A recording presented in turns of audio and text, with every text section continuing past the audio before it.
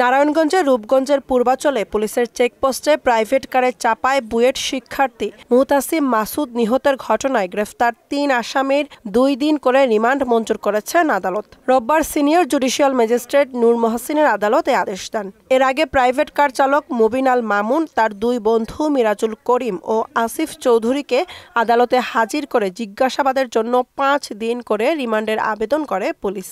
শুনানি শেষে আদালত আসামিদের প্রত্যেককে 2 দিন করে রিমান্ড মঞ্জুর করেন। ন্যায় বিচারের দাবিতে এদিন সকাল থেকে আদালত প্রাঙ্গণে বিক্ষোভ করেন বুয়েটের শিক্ষার্থীরা। ঘটনাকে পরিকল্পিত হত্যাকাণ্ড দাবি করে ন্যায় বিচার প্রত্যাশা করেন নিহতের স্বজন ও সহপাঠীরা। এখানে বাংলাদেশের সর্বোচ্চ মেধা, সেই জায়গার ছেলেদেরকে দণ্ডায়মান রইল, পিছন থেকে এসে মদ খাইয়ে গাড়ি চালিয়ে একেবারে ফেসে জায়গায় মেরে ফেললো। যেন এইরকম আর এই ধরনের কাজ না হয়। বিজ্ঞ আদালতের যে ডিসিশন তার উপর সম্পূর্ণ আস্থা রাখি এবং এটাও বিশ্বাস করি সামনে যে তদন্ত কাজগুলো হবে সেগুলো আইন অনুযায়ী সুষ্ঠুভাবে হবে। বাদীপক্ষের আইনজীবীরা জানান, আসামিদের বিরুদ্ধে মাদকসহ দায়ের করা 2টি মামলার মধ্যে সড়ক পরিবহন আইনের মামলায় রিমান্ড শুনানি হয়েছে। সকল কাগজপত্র পর্যালোচনা করে বিজ্ঞ আদালতে আমরা উপস্থাপন করেছি। বিজ্ঞ আদালত এই বক্তব্যগুলি শুনেছেন।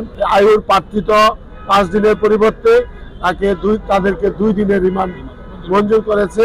মৃত্যুর ঘটনাকে অনাকাঙ্ক্ষিত দুর্ঘটনা উল্লেখ করে পুলিশের অবহেলাকে দায়ী করলেন আসামি পক্ষের আইনজীবী। পুলিশ তার দায়িত্বের অবহেলাটাকে শুদ্ধ করার জন্য, তাকে চাপিয়ে দেওয়ার জন্য, তাদেরকে সঠিক দেখানোর জন্যই এই মোকদ্দমায় আমাদেরকে গ্রেপ্তার করে এবং তাদেরকে আমাদের প্রতি রিমান্ড চায়। গত বৃহস্পতিবার মধ্যরাতে পুলিশের চেকপোস্টে ব্যারিকেড ভেঙে প্রাইভেট কারের চাপায় মোটরসাইকেলে থাকা মাসুদ ঘটনাস্থলেই মারা যান। গুরুতর আহত হন মোটরসাইকেলে থাকা তার 2 বন্ধু অমিত সাহা এবং মেহেদি হাসান খান সহ 2 পুলিশ সদস্য।